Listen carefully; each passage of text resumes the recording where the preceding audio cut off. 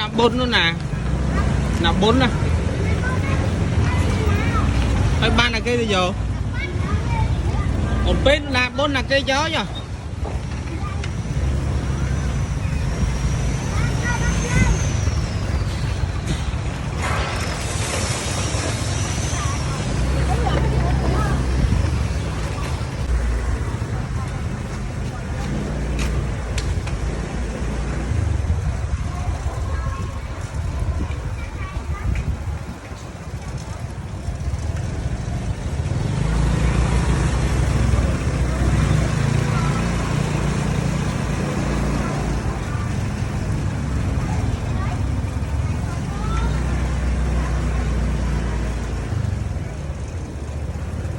Con mà bảo con chụp rồi bạn vô lấy thế nó con vô lấy cái tên còn mới bạn thấy là ôi ngọt phèo mồi một con cái bà ở đây thành mình thôi một đây khục lấy tinh cắn mới từ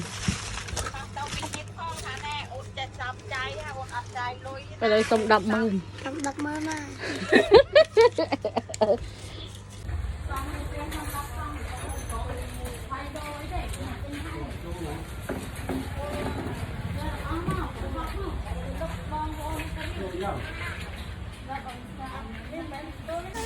À, cái gì nó gặp mới vô vào. Đi vài cái đấy, đi. Tao vài cái tay vài khoang không?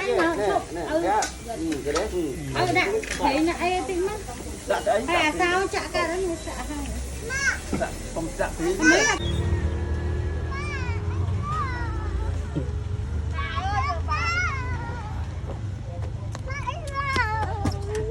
Ăn đây ăn lấy cái. Ta dương.